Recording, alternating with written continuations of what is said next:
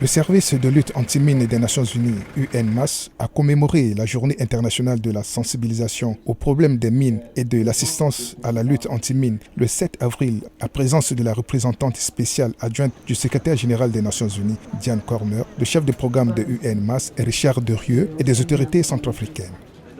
La République centrafricaine a certes fait de gros progrès notables en matière de lutte anti-mine ces 2 dernières années, mais les défis à relever restent énormes. Des quantités élevées d'armes, de munitions obsolètes, de restes explosifs de guerre et de munitions de petit calibre circulent librement dans le pays.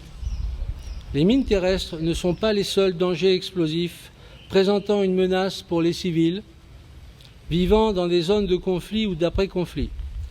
Armes de guerre non sécurisées, munitions non explosées et engins explosifs improvisés ont tué de nombreux travailleurs humanitaires, du maintien de la paix, ainsi que des civils.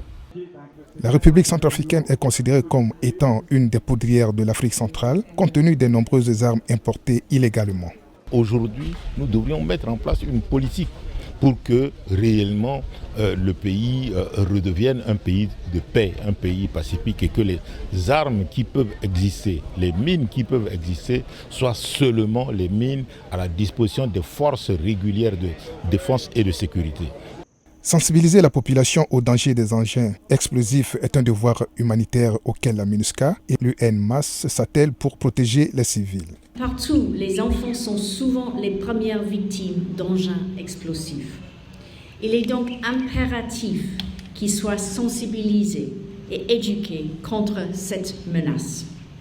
Des activités de sensibilisation sont prévues juste après dans le programme de la journée, mais également tout au long de l'année dans diverses écoles de Bangui et à travers tout le pays, grâce à l'ONU, mais aussi grâce à ses partenaires de mise en œuvre.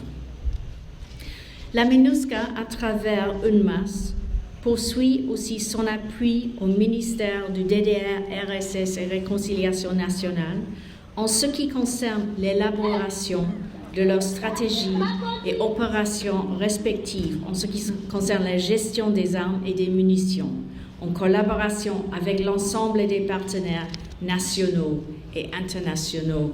La Journée internationale de la sensibilisation aux problèmes des mines et l'assistance à la lutte anti-mine est l'occasion d'attirer l'attention sur les besoins des victimes des mines et des restes explosifs de guerre. Les États membres de la société civile de l'ONU doivent s'employer à créer des conditions législatives, sociales et économiques permettant aux survivants de jouir de leurs droits et de jouer un rôle productif au sein de la société.